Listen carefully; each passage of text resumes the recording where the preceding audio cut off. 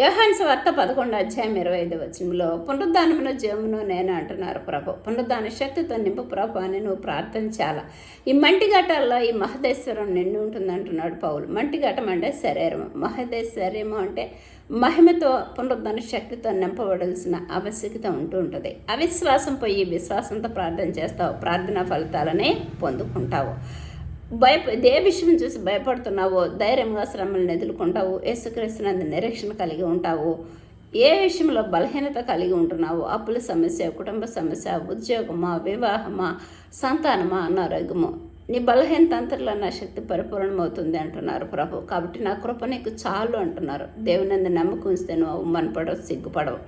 ఘనహీనములుగా ఉండి మహిమ ఘటములుగా మారుతూ ఉంటున్నారు. కాబట్టి ఎవరు నేను నిందించి హింసించినా సరే నన్ను గణపరిచి వారిని నేను గణపరుస్తాను అంటున్నారు ప్రభు.